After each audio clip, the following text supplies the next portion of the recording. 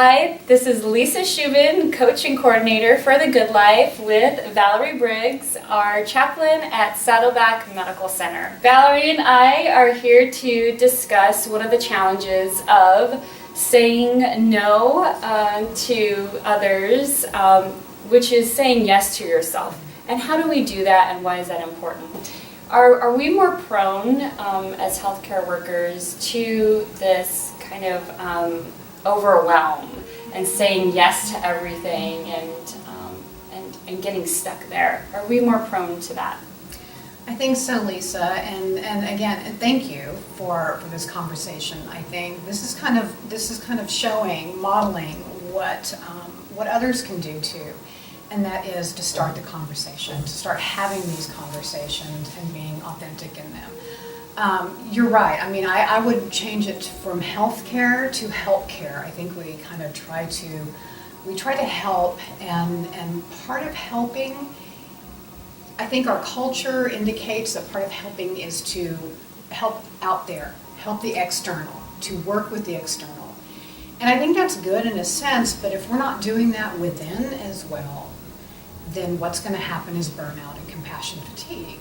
And I read a study recently I think it was between the years of 2015 and 2017, they did a study, and 63% of healthcare workers felt not only burned out, Lisa, but they felt that their burning out symptoms were making them want to do unhealthy things, choosing unhealthy behaviors such as over drinking, oversleeping, binging, watching Netflix, which I do sometimes, so it's okay, that part's okay. But to really, and not really knowing that that's related, that that's connected to why they're choosing the behaviors that they're choosing. We've got to start finding different ways of being true to ourselves. And instead of being frenzied and frenetic and running out that energy, really paying attention to what's going on within here that's creating that need to behave like that, to that culture, to please. So what might be some of the signs or symptoms that one might be experiencing when maybe they're experiencing burnout or from just overwhelm and doing too much and neglecting their self-care? What might that look like? I think it's very insidious, meaning I think that it grows over a period of time to where we're not even able to identify that. I can guarantee that some people watching this video right now will be thinking, oh my gosh, I understand that. I just have not ever really had the words or the language to talk about it like this. So hopefully in doing this, it's creating a space for people to kind of sit up and take notice and have the courage to kind of lean into what they innately know to be missing, which is that kind of, we think we should feel so connected because everything's so easy and technology and all of that is just right there. And yet we're probably more disconnected than ever before. And that's not just a feeling that I have. I mean, it is evidence-based. They do a lot of research to say, the more connected you think you are, sometimes the more lonely you can be. You can spend our whole life trying to please what's out there without ever taking a second look at what's in here. And in doing that, we're really missing a lot of opportunities to say yes to ourselves.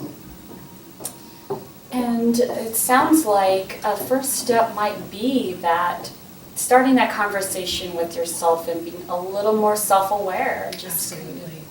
Giving yourself permission to take a step back, to kind of notice what your internal conversations are.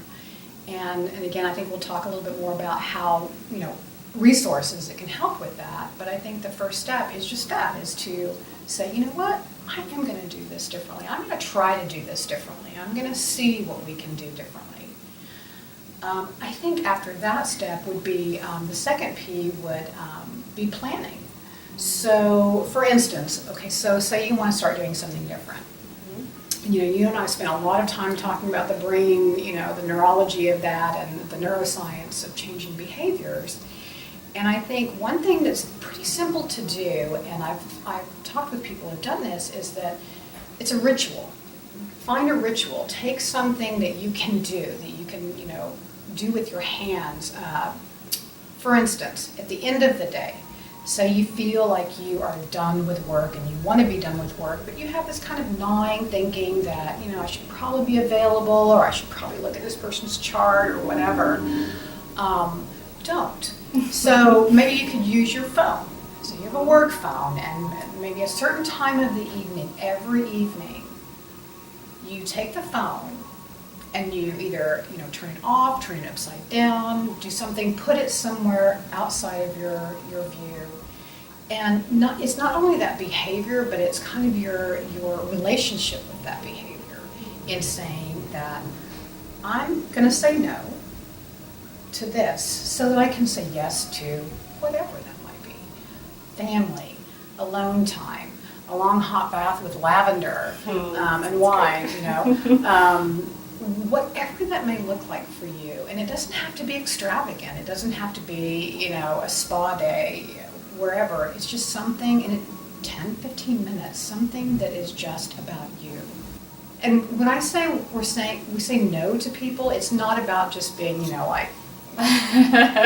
absolutely not. We might want to think that, but it's about coming to a place where the no isn't a bad thing. It's not something that's a disconnect.